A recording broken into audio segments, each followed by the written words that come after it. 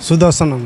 क्या नाम? सुदर्शन कुशवाहा। सुदर्शन, क्या कंपनी का नाम बताया आपने? Cozi garment. कोजी गारमेंट में क्या मालिक का नाम क्या है? मालिक नाम सब साकिब और सैयद। 2 पार्टनर हैं? 2 पार्टनर हैं। साकिब और सैयद। हाँ यार।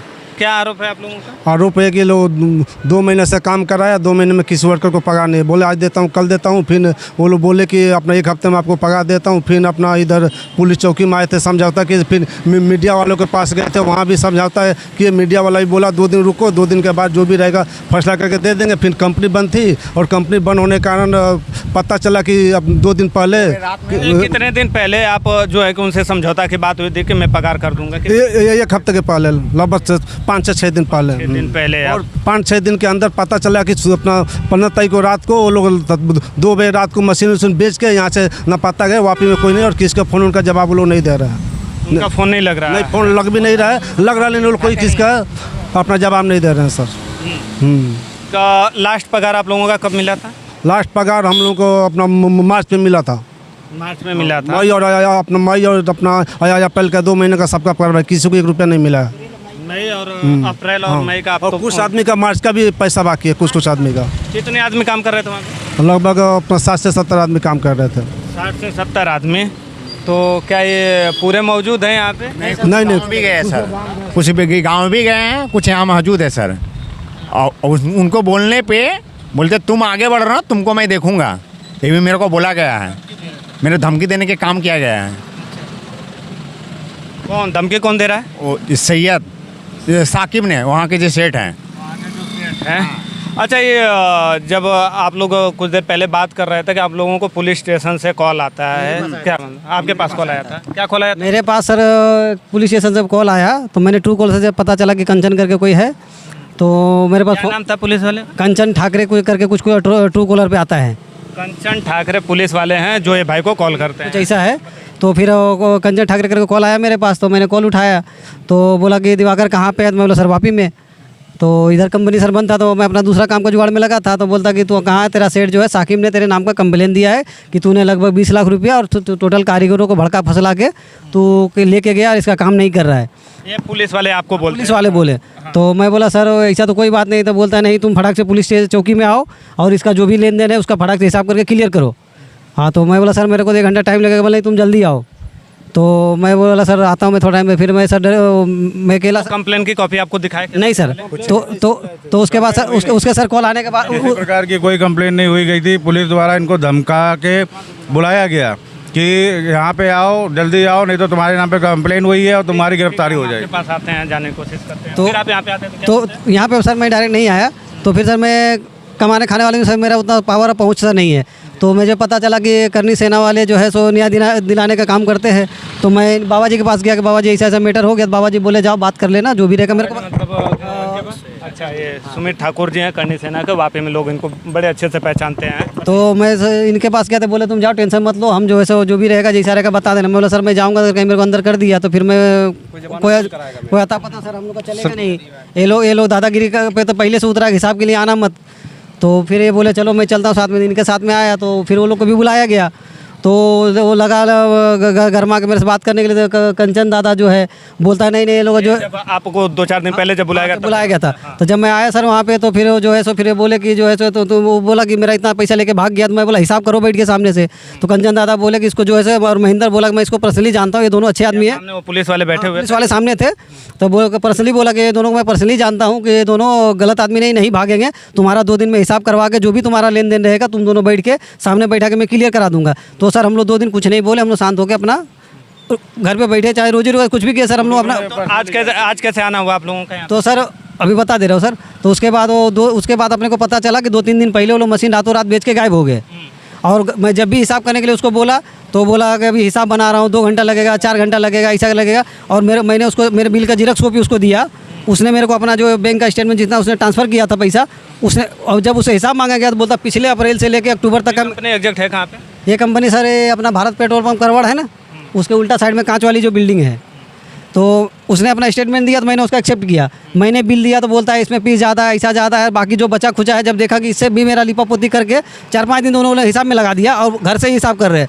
मैं उनको बोला भाई कंपनी में कब गए, आपको कब पता चला कि वो यहाँ से मशीनें बेच चुके हैं? सर हम लोग को शनिवार की रात को पता चला, शनिवार को रात में दिन में पता चला कि वो मशीन जो है सो बिक गया है। जहाँ वो मशीन जिस कंपनी में गई तो हम लोग वहाँ पे गए सर, किसी बहाने से गए। फ़ोन किया वहाँ से, कोई वर्कर ने फ़ोन किया तुम्हारा कंपनी से, कोजी गारमेंट से 2 बजे रात में मशीन आया, शुक्रवार के रात में। अच्छा, दोबारा आप लोग ने उनसे कांटेक्ट करने की कोशिश की तो फ़ोन नहीं उठा रहे सर। फ़ोन नहीं उठा रहे। फिर हम लोगों ने उनको कल के दिन में मैसेज किया कि भाई तुम अगर नहीं जवाब दोगे हमारा हिसाब कर दो, आके सामने आके हिसाब कर दो। तो बोलता है कि मैं जो तेरा हिसाब तो दे चुका हूँ, तेरे को जिसके पास जाना है, पुलिस के पास जाना है, जहाँ जाना है, तुमको जो करना है कर ले, मेरे पास कुछ नहीं है, मेरे को तंग नहीं करने का दोबारा। ठीक है, ये जिस तरीके से आरोप लगा रहे हैं गंभीर आरोप है। और हमारे पीछे जो है ये डूंगरा पुलिस स्टेशन है, ये लोग वापस डूंगरा पुलिस स्टेशन में आए गए। वहाँ पे तो क्या जब मेरा हिसाब निकल रहा था उसका सारा लिपापोती करने के बाद भी मेरा जब पैसा निकल रहा था तो उसने सर मेरे को 8-9 लाख का डेबिट दे दिया।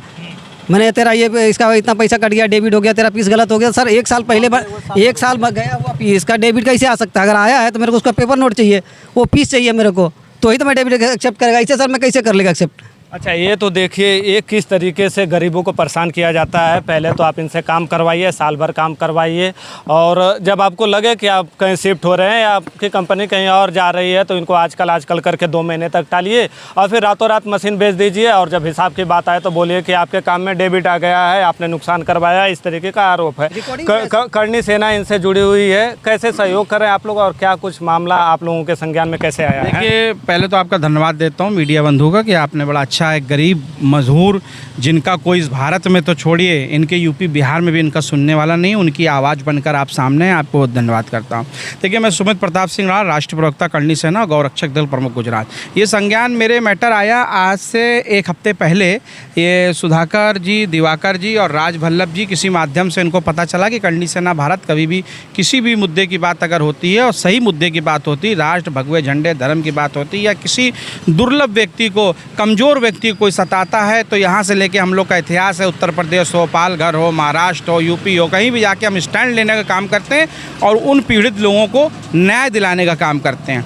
तो बात ये है कि ये हमारे पास में आए, इन्होंने हमको हमारे कार्यालय में विधिवत एक एप्लीकेशन दी कि ये शाकिर और दूसरा क्या नाम बता था, सैयद, इन लोग जो है इनका पैसा नहीं दे रहे। आप ये बताइए, ये इतने मोटे पन्ने हैं, 18,56,000, 18 लाख, फिर से दोहरा रहा हूँ, 56,000 रुपये बहुत होता है इन गरीबों के लिए जिनके पैरों में चप्पल नहीं है। आज सुबह से बहुत लोग इसमें खाए नहीं होंगे, पिए नहीं होंगे और बहुत लोगों की स्कूल के बच्चों की।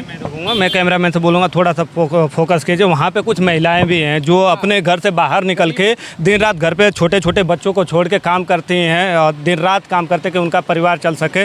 और ऐसे में जब उन्हें दर दर का ठोकर खाना पड़ता है तो प्रशासन भी इन सवालों के घेरे में आते हैं। बताइए। जी, अच्छा, उसमें क्या मेरी एंट्री हमारी करनी सेना के लिए इसलिए भी हुई क्योंकि इनका एक दिन मेरे पास फ़ोन आया, बोले सर ऐसी मैटर है और मुझे कंचन दादा और यहाँ पर डुंगरा पुलिस स्टेशन में है तैनात, वो मुझको फ़ोन करके बोल रहे हैं कि तुम्हारे नाम पर FIR हुई, अर्जी हुई और तुम यहाँ पर तुरंत आओ। और ये लोग घबरा गए। भाई पुलिस के नाम तो साधारण व्यक्ति घबरा ही जाता है, ठीक है ना।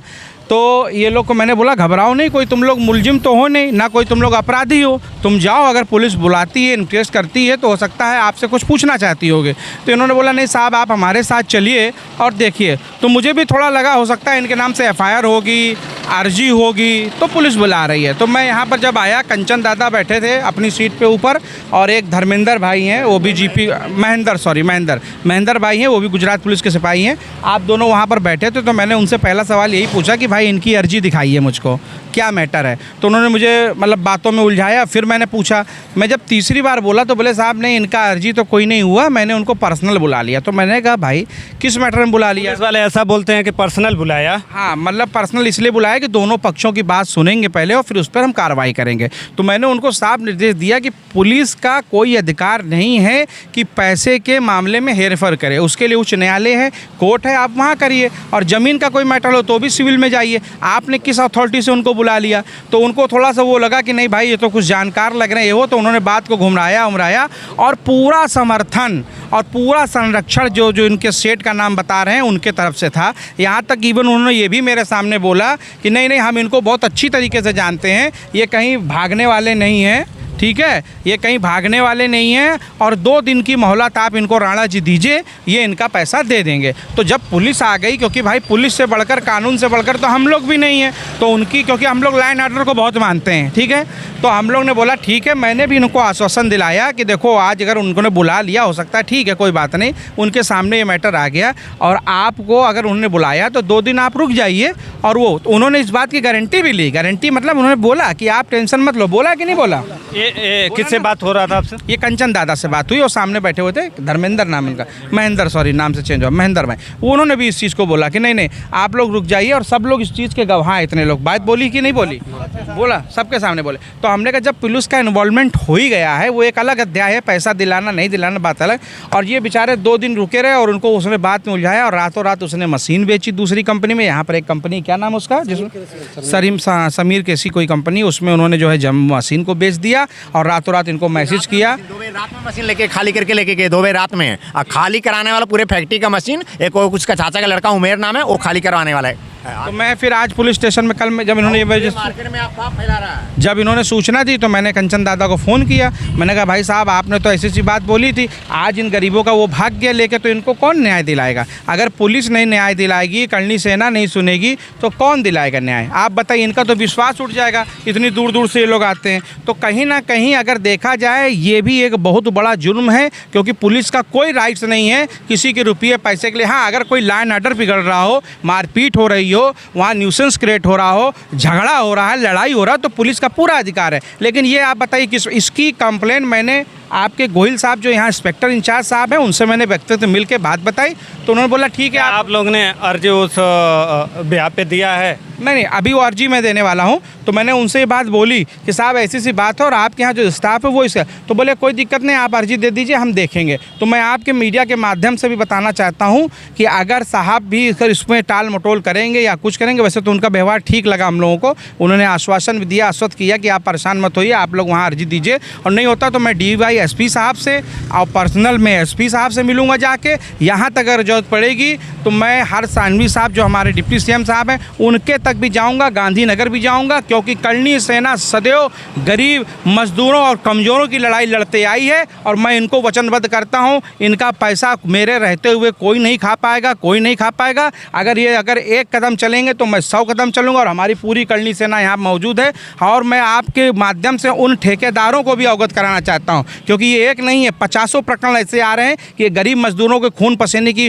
रोजी रोटी मार के या फार्चूनर से और उससे घूमते हैं और लास्ट में उनको सड़क पे छोड़ देते हैं। और उनका प्रशासन भी कोई नहीं सुनता है और शासन भी नहीं सुनता। तो ये गरीब मजदूर कहाँ जाएंगे? उनके साथ में करनी सेना खड़ी रहेगी, स्टैंड लेगी और हर ऊपर तक जाके बात करने का काम करेगी। ठीक है, एक करनी सेना है, आक्रोशित है, और आक्रोशित क्यों ना हो, एक आप आम नागरिक की तरीके से सोचिए, आपके घर में अगर 2 महीने तक आपके घर में किसी प्रकार का इनकम ना हो, कहीं से आवक ना हो और आपका घर चलाना होवे। आप देख लीजिए महिला बेहोश हो गई है, कितनी धूप में खड़े। आप बताइए सुबह तक अब बताइए वहाँ पे महिलाएं दिन पैसे के लिए भटक रहे हैं, दिन भर काम करें, दिन रात काम करने के लिए। आइए हम जरा बात करने की कोशिश कर रहे हैं। क्या नाम है आपका? नाम मेरा राबिया। क्या दिक्कत है आपको? सर काम कर रहे थे हम लोग, पगार नहीं मिला है 3-3 महीने का, एक पैसा नहीं मिला। आदमी का मेरा तबीयत नहीं ठीक रहता है, हम लोग इतना परेशान है, खाना नहीं, बाटला नहीं है, नहीं पैसा नहीं मिला, कहाँ से लाएंगे। अरे शर्म आनी चाहिए उन अधिकारियों को भी जो इन सब में संलिप्त होते हैं। कोई शौक से नहीं आएगा इस तरीके से धूप में और इस तरीके से पुलिस स्टेशन का चक्कर नहीं काटेगा। आप नागरिक हैं तो आप कोशिश करते हैं कि आप दिनचर्या में अपने रहिए, आप कमाइए और आप आराम से घर जाइए, जो महीने पूरे होते हैं तो सैलरी आए। लेकिन उन अधिकारियों को भी शर्म आना चाहिए जो इस तरीके का काम करते हैं, समझौता कराने का काम करते हैं। उन पुलिस वालों को भी शर्म आना चाहिए जो बिना FIR, बिना किसी पुख्ता सबूत के बुला लेते हैं, आइए हम समझौता करा देते हैं। अरे किस बिहाफ पे आप समझौता करा रहे हैं सर?